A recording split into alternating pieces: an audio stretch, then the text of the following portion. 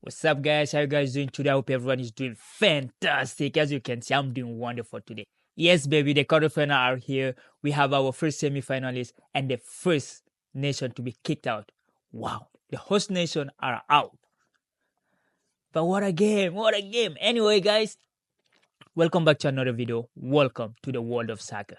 Today we're gonna go through to try to analyze this game because it's a crazy game. Germany, Spain, one of the most spectacular game of the tournament so far, and of course they accepted the challenge. Coming to Spain, say, yeah, we're gonna play toe to toe with you, 50-50. We won't be scared of you. The Germans weren't scared, and the Spanish weren't scared. They were, before this game, the most exciting team to watch to play in the Euro so far, and boy, we got entertained. What a game. So we're gonna go through the lineup. Anyway, hey, if you're not subscribed, make sure to subscribe, like, and share this video with your friend and family. So let's go. Let's start. And Julian Nagelsmann came on with his idea against De La Fuente. I mean, De La Fuente is an old man, right? He's a federation man, and he's been at the club and the federation for so long. And when he took over this team from Luis Enrique, he changed the way they play. He changed from Tik Tok to more of very aggressive style of football, during which they can hold the ball technically, they can play in counter attack, and they have a player that could play direct football. And of course, they can play on the feet and they can run behind you. They were facing Germany, that team that could do everything too. Like, they have the player to do every type of football. So the lineup, I think Nagelsmann just screwed the lineup. That was the first mistake. The way he started the team, just say, okay, why Scuttlberg didn't start? Jonathan Tah, we know is good, but why didn't he scare? And what Emre Can is doing in the midfield? Put Andrich in. We know they sub in the second half. And of course, why Nikola Fulkrug is not starting during this game? It's just mind-blowing because he's a young coach and he tried to do new tactic every game. And against Spain, it did not work, even though the game was fun to watch because the start just tell you how fun the game was. The German had 23 shots, only 5 on target. The Spain has 18 shots, only 6 on target. And the ball position was for Germany. Anyway, but the first half, the first 20 minutes, Toni Kroos got lucky, right? Like I think Anthony Taylor did a lot of mistake calling this game. But hey, the game was too good to just stay stuck on those decisions, right? And the first 10 to 20 minutes, Toni Kroos should have got yellow card. And I don't think he would have finished the game. We saw rightly so Carvajal got red card because that dude get away with everything from the club to the national team. But today he got caught up, you know. And the Germans were playing all right. Like after the 20 minutes, because Spain really monopolized the game. And there was some time where the Spanish, the fan were say, ole, ole, you know, every touch. And it was fun to watch. But like I said, Toni Kroos deserved a yellow card. He didn't get it. And he injured Pedri. Pedri was out in the game in less than 20 minutes, I think. Right? In less than 20 minutes. He was out because he was injured, and the dude Toni Kroos didn't even get punished for that. But hey, the dude who came for him, Dani Elmo, people, what a talent. What a easy excitement. Like, it's a pure entertainment to watch this boy play. We all know him from RB Leipzig. And of course, he came on late. His touch is perfect. I mean, like, the good thing with this Spanish team, you do the sub, you wouldn't know the difference between who is in and who is out, except for Ferran Torres. Like, you know, Ferran Torres and Alvaro Morata, both of them sucks. But the bench are good. Lamine Yamal today, he wasn't able to do a lot because I think the German defense left side was really good. You know, the left side was Rom. Rom handled the Lamine Yamal pretty good. Like, you know, Yamal today he didn't have any shot on target, and of course Nico Williams had the same issue with Kimmich. That's hence why in the second half they were both taken out because bringing in Roselu, Dani Olmo, and Ferran Torres, Mikel Orzabal for Alvaro Morata. The sub were good. This just tell you the Spanish team, they will play. If you if you limit their tactic, they're gonna bring in other player with different profile of football, and it worked.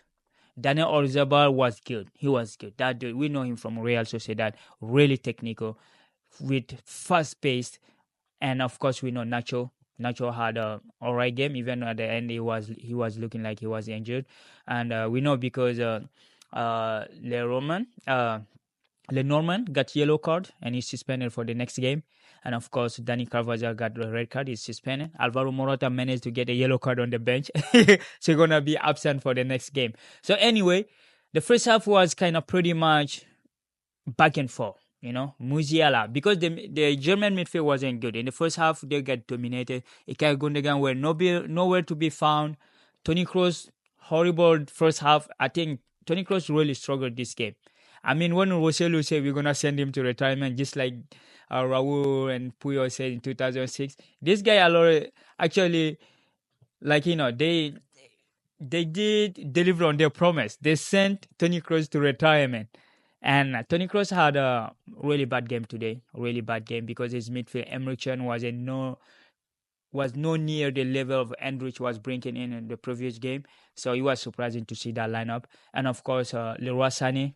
Sané wasn't good. Like, I don't understand. Like I say, the lineup from the German just changed the dynamic of the game in the story. And the second half, we saw a lot of changes when Thomas Müller and Wilder Anton came on, and for Maximum Mitchell came on for the left back, and Robert Endrich. That changed the dynamic because the midfield they changed completely. Germany started playing very aggressive forward football, and of course Thomas Müller, Nikola Füllkrug should have started this game. You could start this.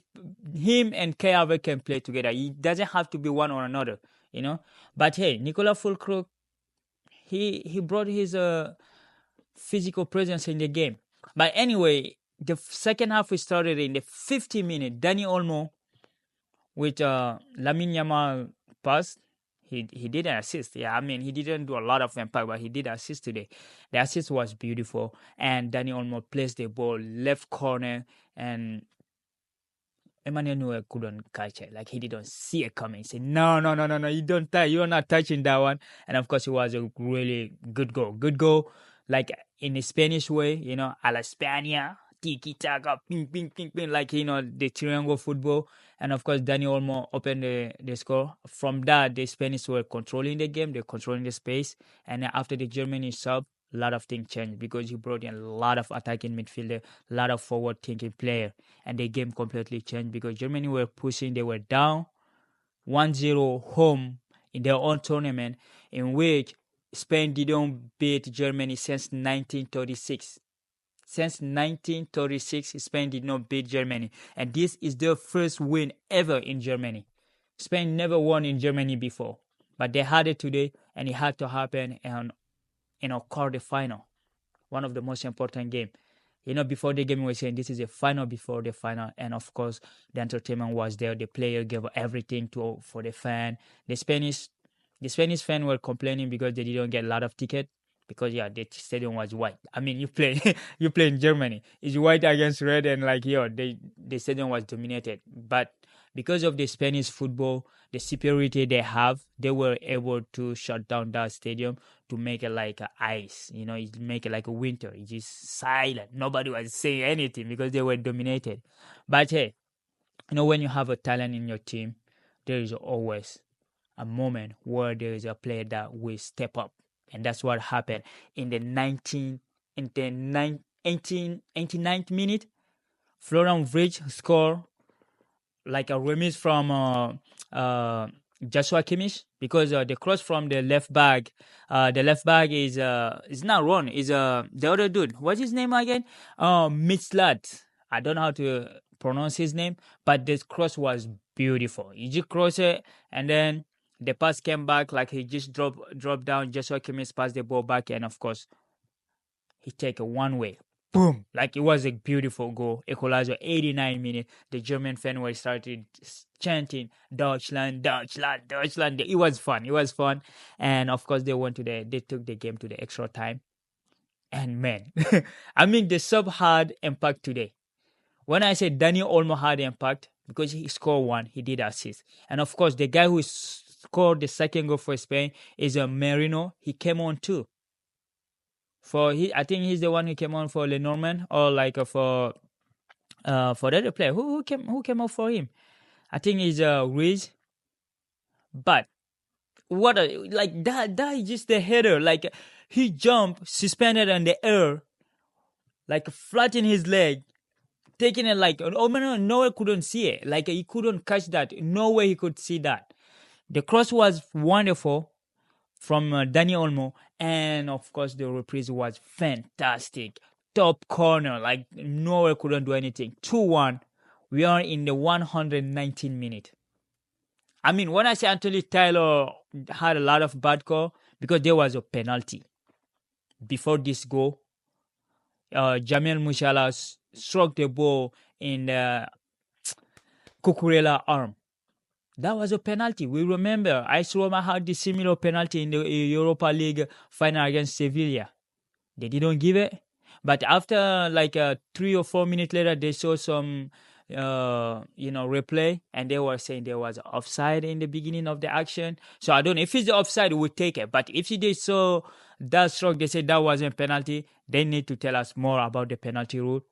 But anyway, the Germany didn't get it, and of course 2 or 3 minutes later, and Mikel Merino just punished them 119 minutes to silence the stadium. And the German has to push Toni Kroos, Rudiger, like Emmanuel Neuer, Thomas Müller. We know that this is their last Euro. I don't know if Rudiger will be there, but like I think Neuer, Thomas Müller, and Toni Kroos is their last Euro. Emre Can, this the end for them. Ekay Gundogan, I think this is their last Euro. And they were trying to push forward. The Germans were trying to push forward. It was 3 minutes additional. They play until 25 minutes, which nobody understand because the game didn't have any cutoff. It's not like the Copa America where like the player were sleeping in like for 10 minutes or 5 minutes on the ground. No, this game was back and forth. There was no waste of time. But the Spanish hold on to it, but they lost one player in the process. Dani Carvajal got red card, deservedly so, because he took Lamine Yamal like a catch. When you're watching the WWC PS, I took him down. But the red card was really, I think warranted, But hey, Germany is out. Spain qualifier. Now we're going to just go watch France, Portugal going to start soon. And then we'll see who is playing Spain.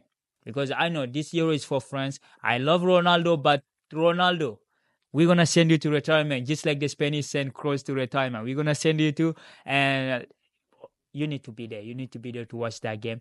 Anyway, hey, there was another game. Argentina qualified for the semi-final, beating Ecuador.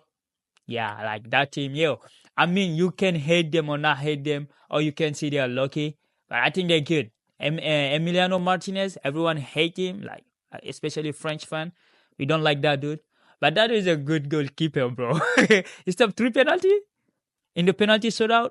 I mean, Enner Valencia missed a penalty, but it doesn't matter anyway. They went to prolongation, extra time, and they lost the game in the penalty kick. Messi wanted to do Panenka, and he missed his penalty. I mean, his team bailed him out just like a Portugal Ronaldo teammate bailed him out, because yesterday he was the first one to go to take the responsibility as a captain to take the penalty, and then he missed it. But Emiliano Martinez was there. And of course, all the Argentinians score after him.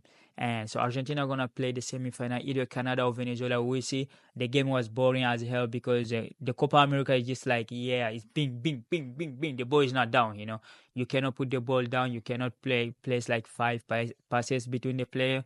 It's really aggressive, really intense. But hey, it's our competition. We love it. We're going to watch it no matter the case. As a soccer fan, we will be watching all this boring game or nonsense game like where the ref, I think they're gonna give the man of the match to Messi, which he didn't do anything, So anyway, hey guys, stay tuned.